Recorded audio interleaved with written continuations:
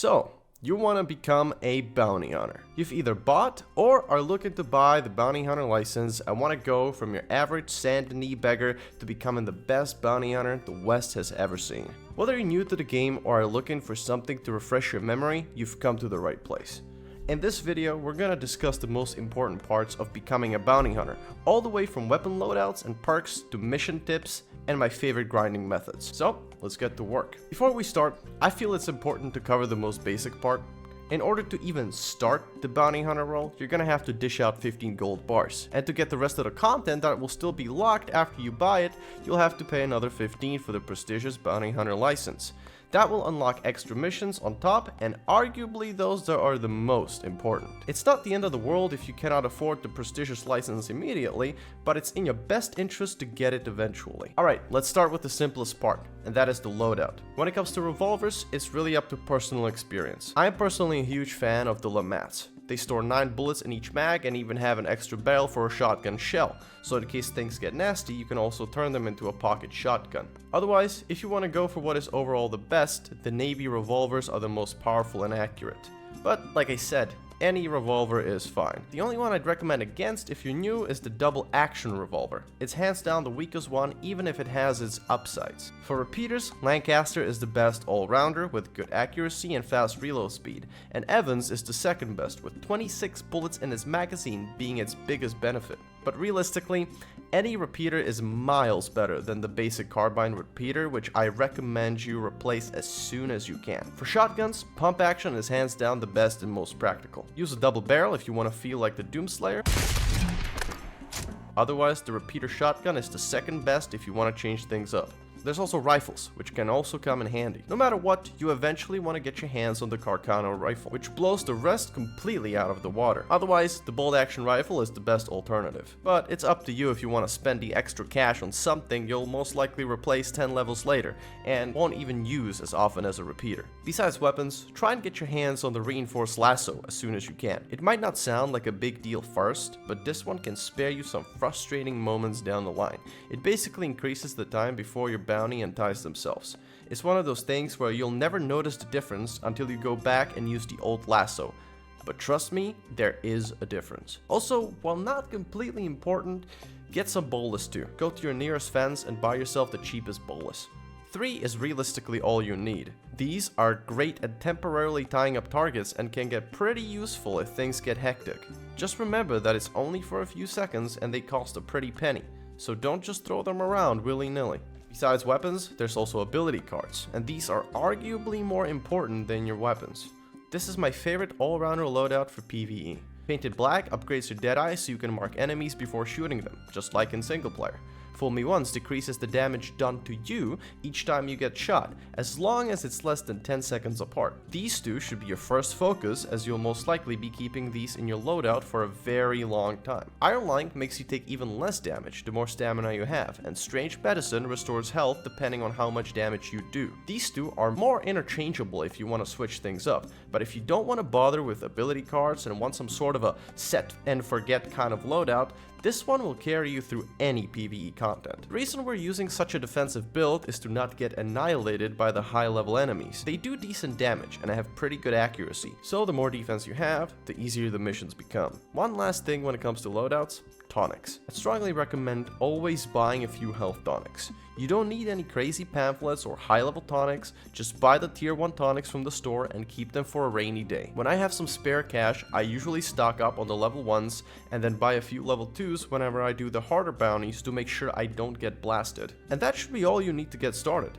If you're new, you'll most likely be getting all these things one by one, so don't be thrown off if all this information feels overwhelming. Just experiment and level up with what you have, and come back to the video once you make some progress to get a reminder on what else you can get. Now, let's get to the meat and potatoes, the bounties. Bounty missions are split into 3 types. Normal bounties, infamous bounties, if you have the prestigious bounty hunter license, and legendary bounties. The normal bounties are very simple open world missions that usually consist of you tracking the bounty from its last known location or clearing out a camp. They pay little to nothing and aren't even particularly interesting, so I'd recommend staying away from those unless you're looking for some variety. The infamous bounties are a bit more interesting.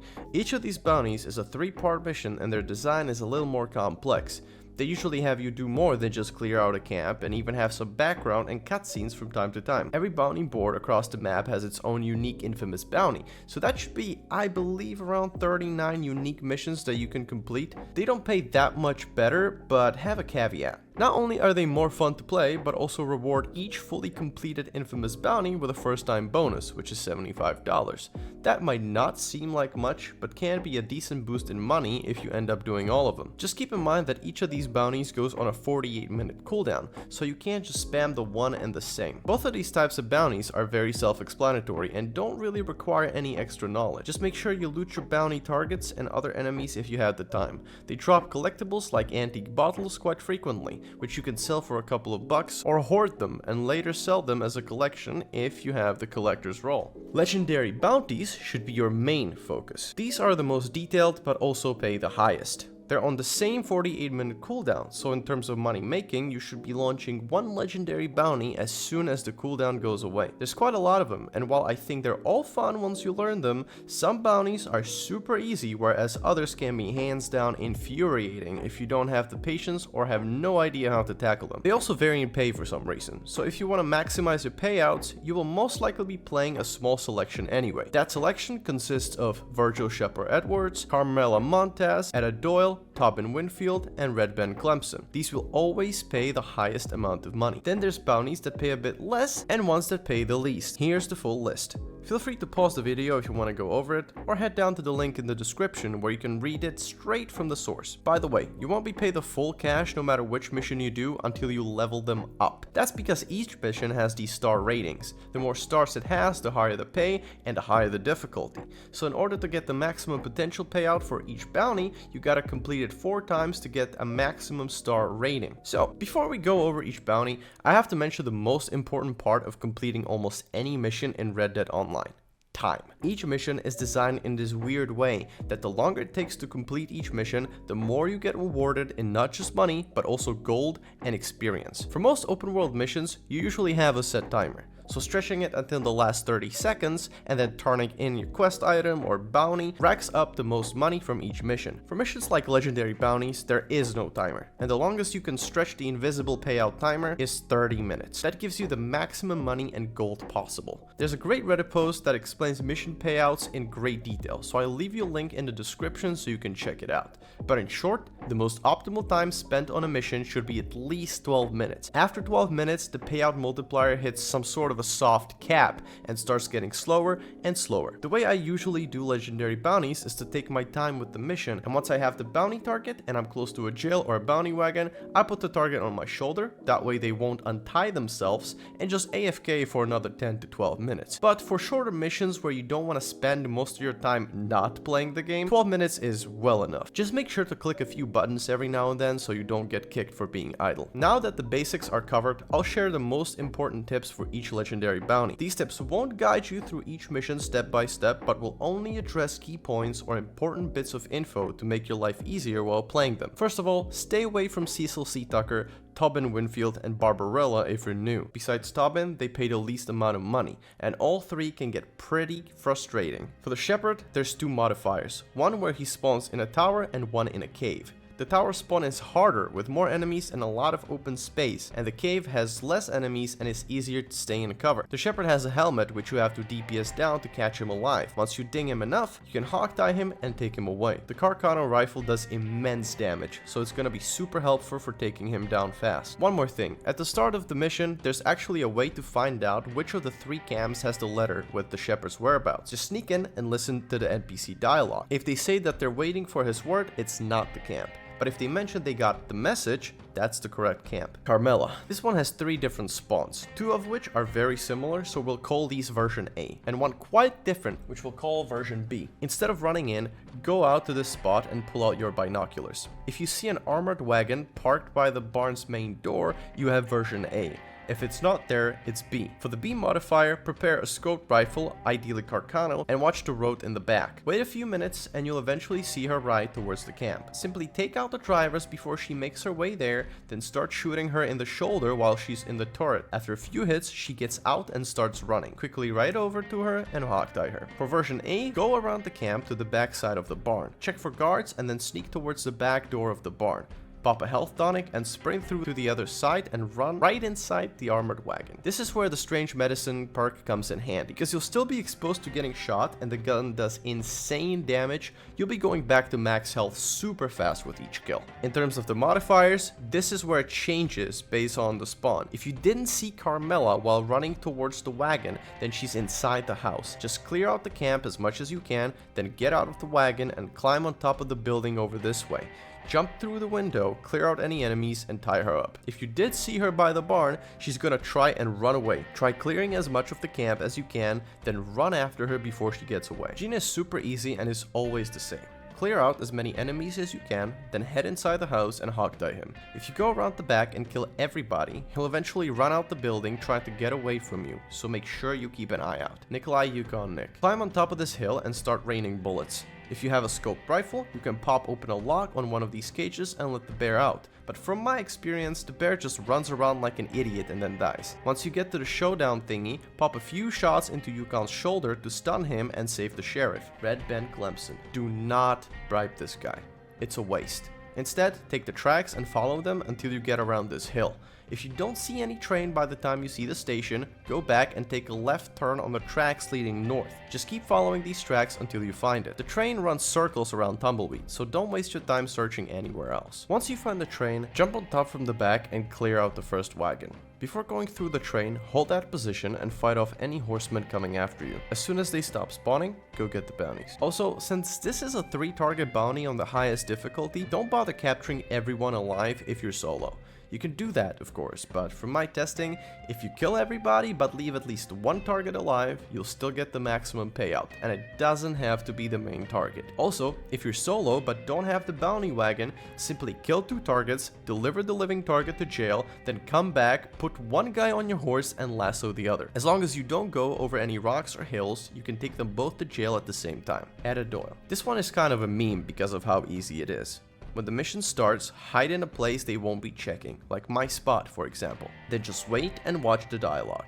As soon as they mention that it's a trap, start running after Etta, who should now be revealed. If you did it correctly, everyone will be too busy trying to run away and won't pay attention to you or Etta getting hogtied. They might shoot you on their way out sometimes, but as long as you don't do anything, they'll start running eventually. Philip Carlier. In the first section where you fight hallucinations, Philip has really weird hitboxes, so use a shotgun to make sure you hit him, or grab a lasso and throw it at him as he's running after you. As soon as the lasso hits him, he pops. By the way, standing in one spot guarantees that he always spawns in the same location, so don't move and watch his spawn for easy pickings. After this, you'll have to find him. He usually spawns around the edges near the main lake. He usually sits by a fire, so it's easier to spot him if you know what to look for. When you see him, tie him up. If he spawns on an island, wait for him to swim to a more open area and then hog tie him. Once he's tied up, don't grab him yet. Grab a shotgun or a strong rifle and wait. You'll have a few waves of alligators coming after you. Keep killing them until they stop spawning.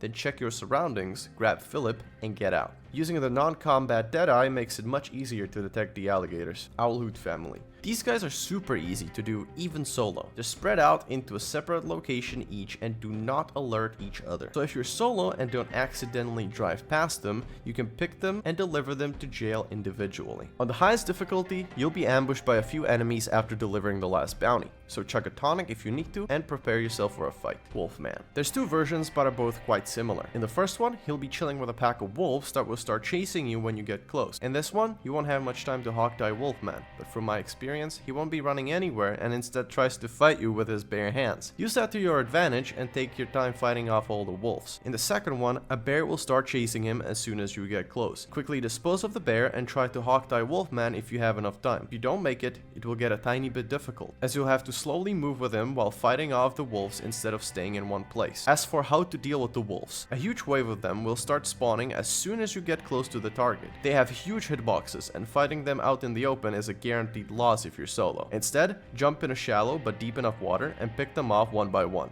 The wolves can't get you in the water, so it's easy pickings. Barbarella. This one is a little annoying. The best way to tackle this one is with the refined binoculars. With those, you can detect Barbarella from a distance. Once you find out where she is, try to sneak as close to her as you can, then pop a tonic and hog tie her fast. From my experience, As soon as she's hog-tied, the other 2 targets will come to defend her instead of running away, which should make the job so much easier. But not always. For solo, pop another tonic and run around shooting the other 2 targets so they don't get away. And once again, if you're solo, use the red Ben trick that I talked about. Take the living target to jail, then put 1 guy on horseback and 1 lassoed along.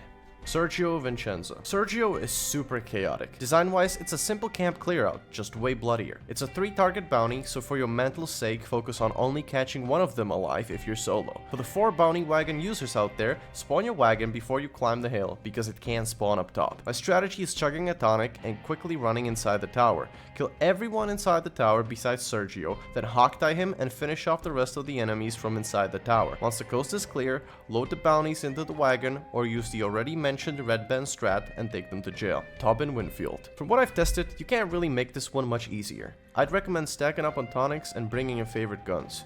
You'll have to deal with waves of enemies trying to kill not just you, but Tobin, which is the most frustrating part. Try your best to shoot them as fast as you can, or get their attention on you instead of the target. Also, always hog-tie Tobin once you get the bonds. If you don't, he'll eventually try to run away, which makes things much more complicated. Cecil C Tucker. Cecil is essentially just a long holdout mission. Clear out the fort, then hide in one of these towers and wait. You'll have a lot of enemies coming in from all sides. The keyword here is patience. Use the tower to stay in cover and keep taking out all the enemies until they stop spawning. Cecil will eventually spawn, but don't run after him yet. From my experience, he won't run away and will instead try to shoot you from a distance. Keep your eyes on him so you don't accidentally shoot him and continue holding the fort. Once the area is clear, go down, double check for enemies and tie Cecil up. Now that you have him with you, you'll have even more enemies coming after you. Some will even try to set up blockades along the way. Don't waste your time clearing them out. Instead, just run as fast as you can and chug tonics if needs be. And that should be all the legendary bounties covered. Some tips will be more helpful than others, but once you get into each bounty and practice a little yourself,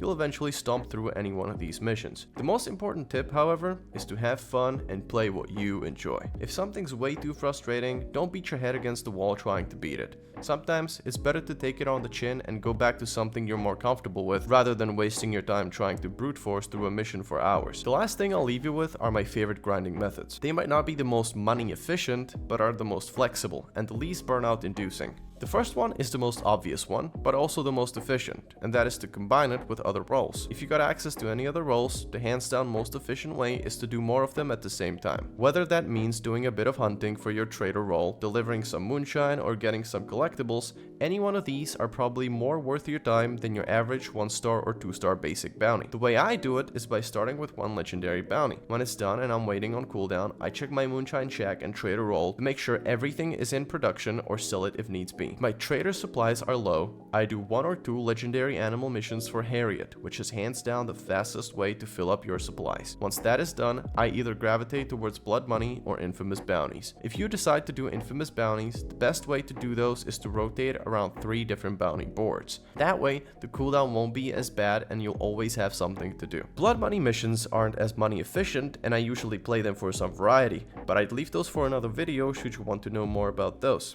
When the legendary bounty goes off cooldown, play another one, then repeat the cycle. If you only have the bounty hunter role, however, or want to play just that, the alternative is almost the same. Just ignore what I said about the other roles and go straight to infamous bounties. So, 1 legendary bounty, then spamming infamous bounties for 48 minutes. But doing this will probably burn you out super fast, so try to eventually gravitate towards other pieces of content. And that should be all I wanted to talk about. The bounty hunter role is hands down the most action-packed, and you'll definitely have lots of fun with it. If you have any other questions, or feel like I left out some important bits of information that you feel like are worthy of mention, let me know. Also, if you want to see more guides about other pieces of content, let me know about that too. This game is pretty much abandoned by now, and everything has already been dissected and covered, but I wouldn't mind making an updated 2024 guide for other parts of the game if needs be. Okay, bye.